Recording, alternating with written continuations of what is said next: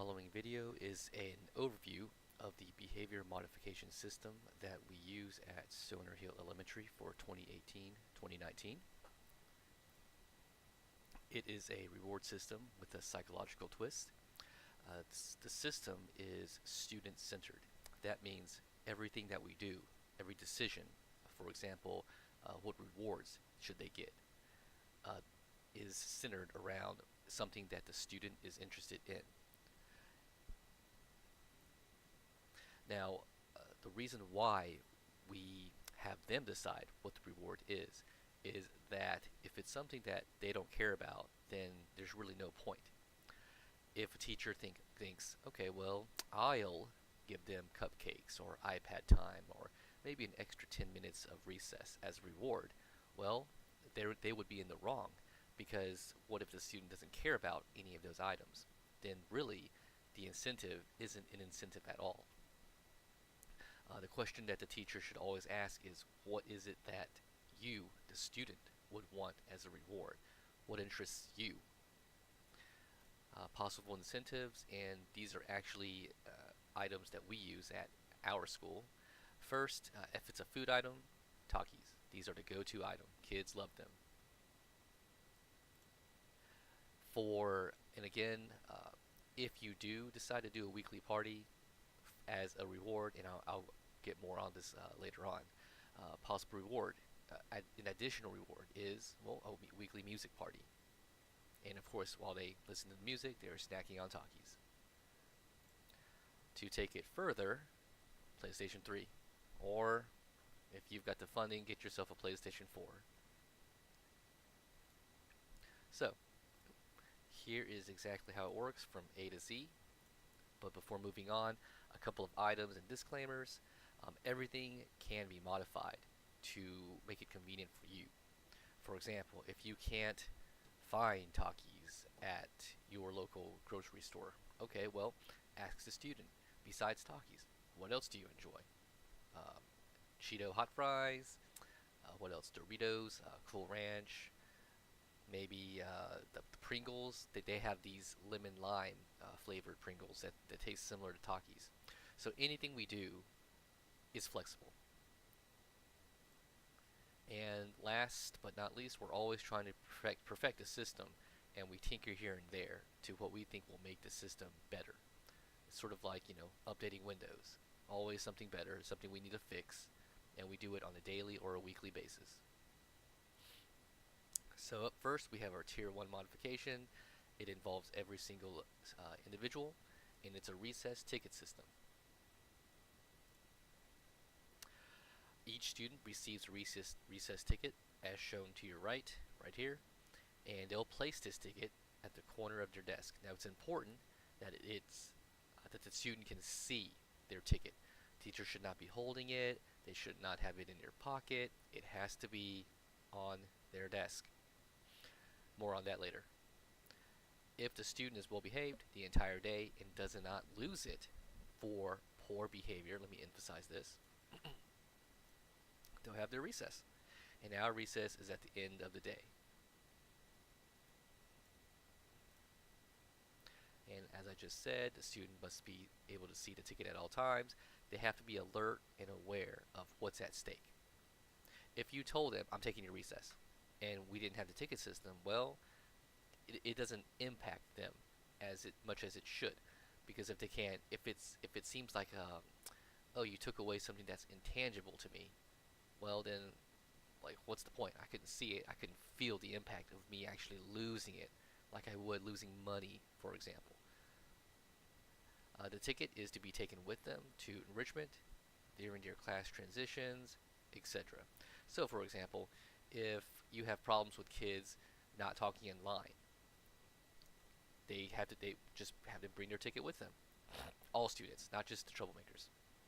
So with all students having their ticket in line, if the teacher has them flipped and zipped in line, all facing forward, and all tickets are in their right hand, the teacher should be able to look at one side of the column and see tickets just lined up. So it's sort of uniform, like a military formation. Okay, So this is just an example of how you could do it and maybe how we're going to start doing it. Again, everything is flexible as long as you follow this progressive system that we have. Let me just go over it. So in the first week, they get their recess, but they don't get a party. Next week, again, it's still a recess ticket, but they get a free Friday party. It's not dependent on how well or how terrible they were. Now, the reason why we give them a free Friday party is we want them to experience what it's like. We'll have the snacks out for them, we'll have drinks, have music, all of that. We want them to experience it so they know what they would be losing out on. Think of it as, let's say you win the lottery. Oh, well, you want to win the lottery again, wouldn't you? Okay, it felt good, it felt amazing the first time, so you want it to happen again and again and again. Well, if they never experience what it's like to win the lottery, well, then if you say, hey, don't you want a chance to win the lottery? Well, they can't identify, they can't connect with winning the lottery because they never won it before. They don't know what it feels like. This is why we give them one on the house. The following week after that, again, recess ticket, and now there's no more free Friday party. Now, in order to gain access to the party, they need to have 3 out of 5 days of good behavior. This means when it's Friday, in the Friday, last 20, 30 minutes or so, did they have their ticket, their recess ticket, for 3 out of 5 days? If they did, great, they stay. If they didn't, they can move to the other homeroom and do work. The week after that, same as before, but now it's 4 out of 5 days of good behavior. And good behavior is based on whether or not, again, if they have their recess ticket at the end of the day. One more thing, I may have forgotten to mention this. When a teacher takes their recess ticket, the student has one chance to earn it back. Once they blow their second chance, overall chance, then it's gone for that entire day. The reason being, if you give them a ticket and they lose it immediately, then and they have no chance to get it back, then they have nothing to strive for. They need the opportunity to get it back. If there's no incentive for them to earn their incentive back, then sort of like what's the point? Then they'll just doze off for the rest of the day. Oh, and what I just said, there it is right there. If the ticket is taken away, the student has one chance to earn it back. This is at the teacher's discretion. And the rule is, if the ticket is taken away, it must be for behavior. This is not used, it is not for poor academic performance. If they make 2 straight Fs, 3 straight Fs, you cannot take the ticket away. It's solely based on behavior. And the rule, which we'll mention to them beforehand, is if the teacher has to take time to address something you did, they may take the ticket. If the student screws it up, they're giving the teacher permission to take it. We have to be fair. If not fair, we have to let them know ahead of time.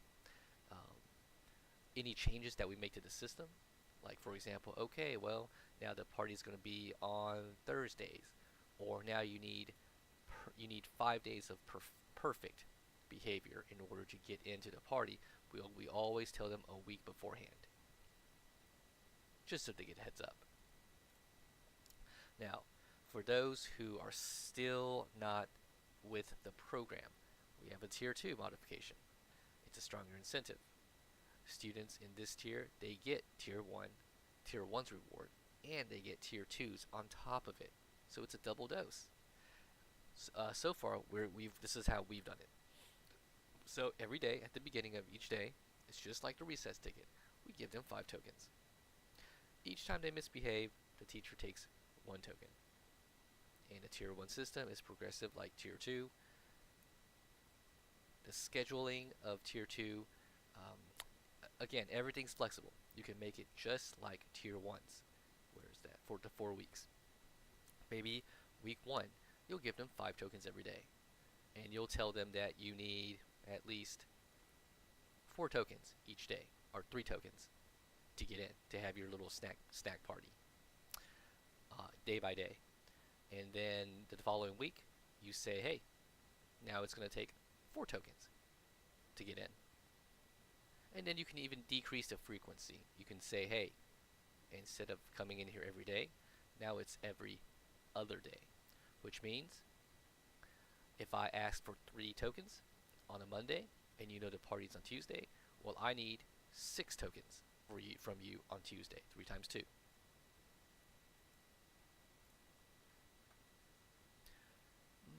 Okay, and I just sort of went over this pretty much. For example, the week that it's introduced, the student must have 3/5 of their coins to participate on a daily basis. When they make it, they're allowed to leave their homeroom 15-20 minutes prior to the 3 o'clock bell. However, you want to set it up with your regular education teachers. However, with your teacher partner, sorry. These students are given a container of mixed treats. They go your Takis, hot fries, Doritos, etc. And will have the music on full blast. The playlist is based off of their songs. And they have access to the computer or game console if you went that far. And this is how we keep track of student behavior on a daily and weekly basis. So let's see, let's go here. So tier 1. So let's say today is the 15th. We have number of incidents being students that had their tickets taken away. They had a chance, they blew that. We put the number here, and we write down the initials of who messed it up. This way we can see is there any improvement in their behavior. If it's Sally, Sally, Sally, but then no Sally, no Sally, Sally, Sally, good, good, good. So we can track, are they progressively getting better? Are they getting better progressively? Now this is for tier 2. As you can see, I did this, I updated it online. As you can see, 5 out of the 6 students that we're looking at, they did extremely well, and our number 6 did not do so well. On paper, I have the rest of these. I just didn't update it here, but it's pretty clear, cut, dry how we track it. We'll see if they're doing a 5 here, 5, 5, 4. Well, overall, they're doing quite well. They're not messing it up that much. And when we decide to make a small change, we say, hey, this time you need 4 tickets to get in. Okay, well, let's see. Hang on. So let's assume here AP did not make it on the 18th. Oh, well, he did make it on the 18th because we required 4 tokens, but he wouldn't have if we required 3. So now he gets 3. Oh, he doesn't get in. But then the following day, he recognizes that, oh, I missed getting back in there. Okay, I missed it getting a tier 2 reward, getting on YouTube or doing whatever. Okay, so now I fix myself like that. So this concludes the system that we currently use, the behavior system we have at Stoner Hill for 2018-2019. Again, we're always making small modifications to it every now and then. So this presentation may change, but as far as April 19th, 2019, this is how we do it. Thanks for watching.